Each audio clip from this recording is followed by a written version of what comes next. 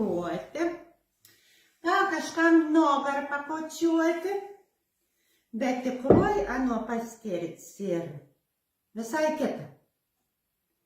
Pas mums buvo vadinams kučėlu, nežinau, ką pasidalinsit, kaip jūs vadindavot. Ir su ano kočiuodavo drabužius. Tai va to noriu jums parodyti.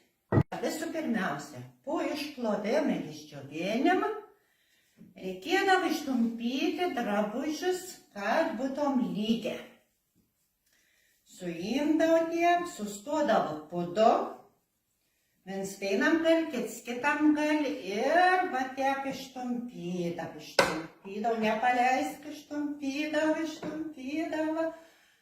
Va, to kart sudėdavo į 3 spalas, jeigu siauresnis drabužis, į 3 spalas, jeigu stambesnis, platesnis, į 4 spalas.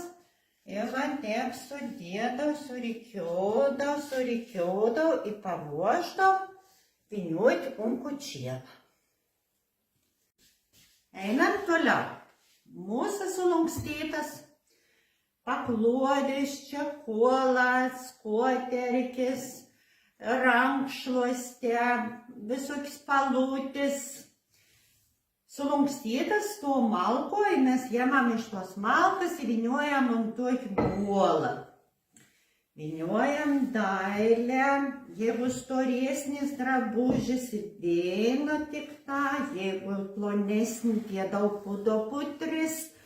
Va, suvyniuos, visas klostelės reik išlyginti, kad nebūtum paskiau lyg nelygins drabužis.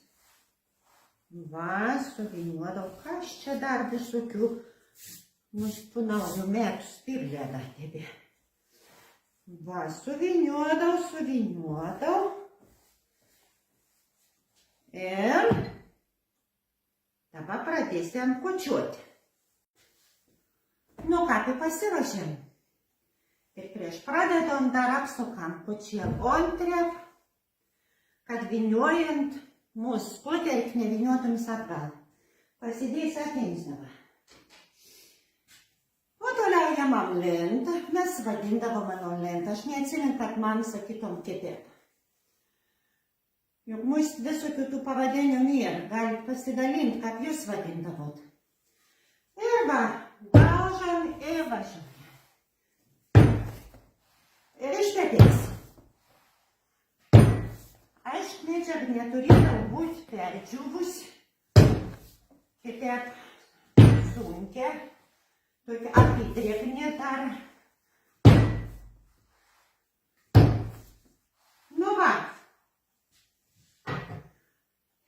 Nediva, tipo, anksčiau moteris būdavo stipris ir ištvermingas. Reikėdavo daug jėgos. O toliau išvyniuodavo, sulankstydavo, išklostydavo ir padėdavo į spintą. Tai taip šiandieną.